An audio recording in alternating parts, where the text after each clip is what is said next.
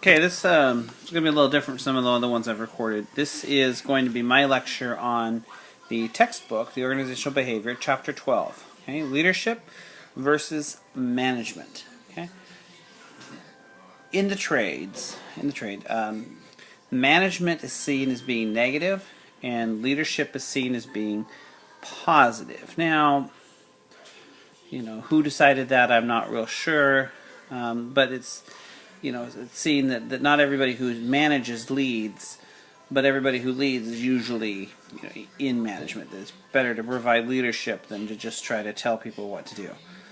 Definition: leadership is the ability to influence a group towards the achievement of a vision or a set of goals. First type of leadership the book discusses is trait leadership.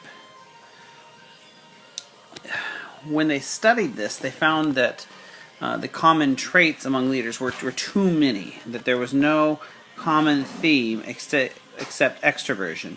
And even that seemed to have more to do with who emerged as a leader than whether that leader was effectiveness. Lately, emotional intelligence has shown promise as a trait of a leader, but that's still in a very preliminary portion of the research. Okay. It next discusses the behavior theories. The first one being the initiating structure. Initiating structure is someone who assigns tasks and expects others to do what they are supposed to do. So what do they mean by a behavioral theory? Look, I kind of want to define the first one back there. That means that what do leaders do? How can you tell if someone's a leader? What behaviors do they exhibit?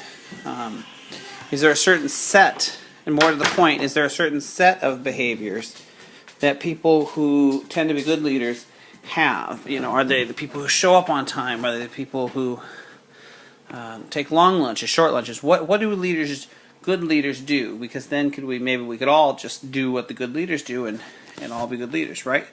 So anyway, initiating structure. They assign tasks and expect others to do what they are supposed to do. They don't check up on them as much. They just have confidence that it's going to get done, or maybe they're so caught up in what they're doing they don't have the time to go back and check up on it. Okay. Consideration, the mutual trust, respect for employees' ideas. These people, their behaviors are empowering. Okay, they're trying to make people successful because it's a whole "I believe in you" kind of thing. Okay, in terms of which one is more effective, people that are in an initiating structure tend to be more productive because they're told exactly what they're expected to do. There's not a lot of ambiguity, and there's generally a push to get it done, right away. People who are under more of leaders who are considered those consideration leaders tend to like their jobs better. So, first one's production oriented, get things done. The second one's employee oriented. Which one's better? It's not real clear which one's better. It kind of depends on what you're trying to accomplish. Are you trying to have long-term employees that people feel comfortable work with because they worked for a long time, or are you trying to get something done right now? Next thing that the chapter discussed was the Fiedler model. I'm not actually sure how to pronounce it. Fiedler. Okay, and in this, task-oriented leaders do best in high and low power situations, and relationship leaders do their best in moderate situations. Okay, it's talking about what kind of leaders are people. Are they task-oriented, or do they tend to be more relationship-oriented? Going back a step, those initiating structure ones, the people who are focused on production, those would be defined as your task-oriented leaders, versus the one that is trying to encourage mutual trust, the consideration people. They're, the people who are trying to get people to want to do it themselves and want to be successful would be your relationship-oriented, okay? And this is the first one that tried to establish a what's better in the book, and that it really seems to have research to back it up. Okay, so a high power situation is where the manager has a lot of power over all aspects of the employees that they're managing. Okay, there is very hierarchical. They have, the ability to hire, fire. The people who are replaceable. Okay, low power situations are where people are much more on one level. The education levels may be about the same between the manager and the employee. There's not as much job power, and the employees could go work somewhere else. There's just not a lot of direct influence in that. So that's a low power situation. And in those particular situations, people who are focused on the task, tend to do better. High, because they're not wanting to create wonderful flowing relationships. It's the people who are doing the job are more cogs in the machine. And in lower power situations, since we're all on the same level, we really do best by focusing on the task at hand.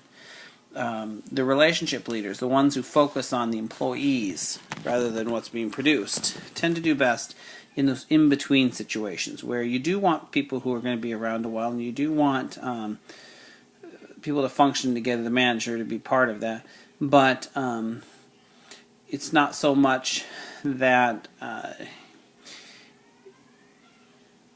it's people who are in situations where your employees are not exactly cogs. They're definitely people who need to use their own skills, but that the manager still has a father or mother figure over the organization, and it's the one setting policy. So if you're somewhere where it's strictly very, very powerful manager, or a very, very egalitarian place, then you probably want someone to focus on the task. If you're in the middle, and most places are in the middle, you want someone who's more of a relationship type of person. He also suggests that just as in baseball, you sometimes will change the pitcher to, say you have a crucial situation in the later innings, 8th or the 9th inning, and you got someone who hits off left-handers really well but has a hard time hitting off a right-handed pitcher. You'll put in a right-handed pitcher for the situation.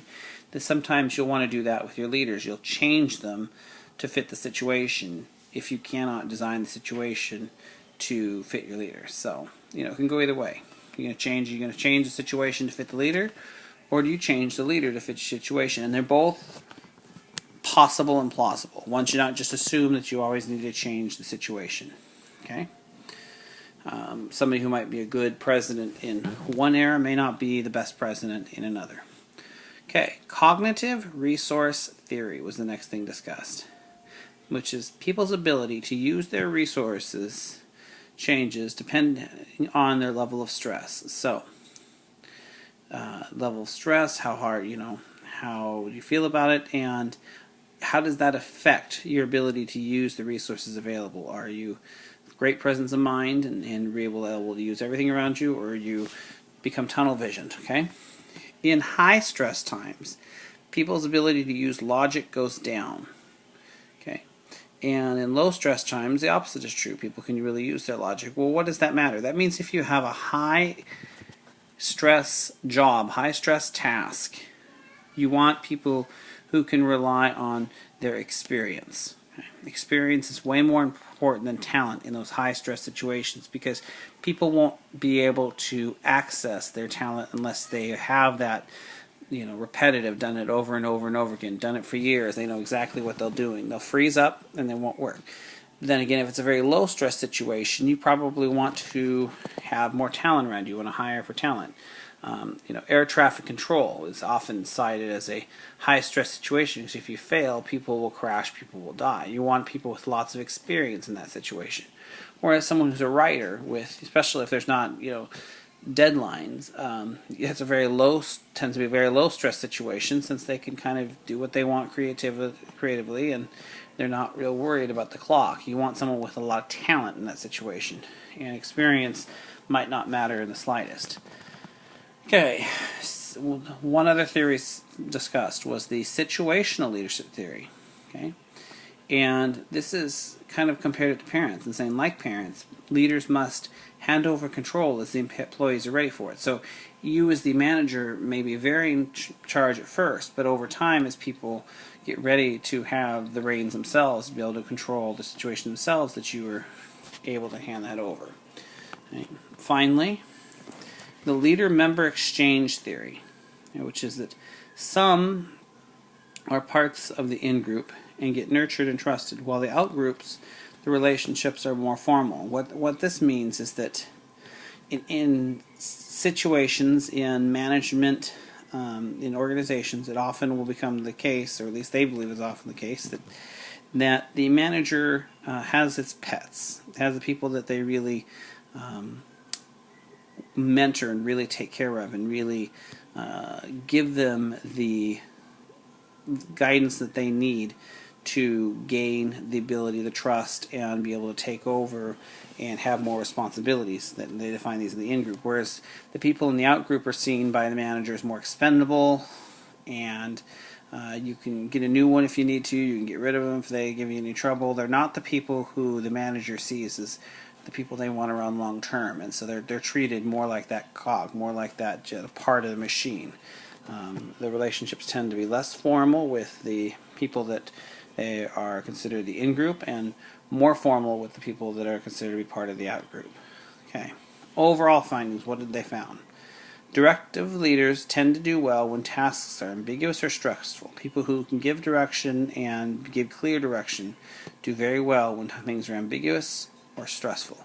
Supportive leaders have higher employee satisfaction and get better results when the tasks are structured. So if there's really only one way to do the task, and people kind of really know what they're supposed to do, just sort of almost by definition, that's when you want that supportive leaders, because the high employee satisfaction, people stick around, and if they make a mistake, they feel like they can fix it. Whereas, when things, it's not clear to the employee exactly what they're supposed to do, you want someone who's providing strict leadership and giving them exactly what they need to do. Or when it's stressful and people lose the ability to use their logic, do you want somebody who's very directive, who's giving clear directions? Okay.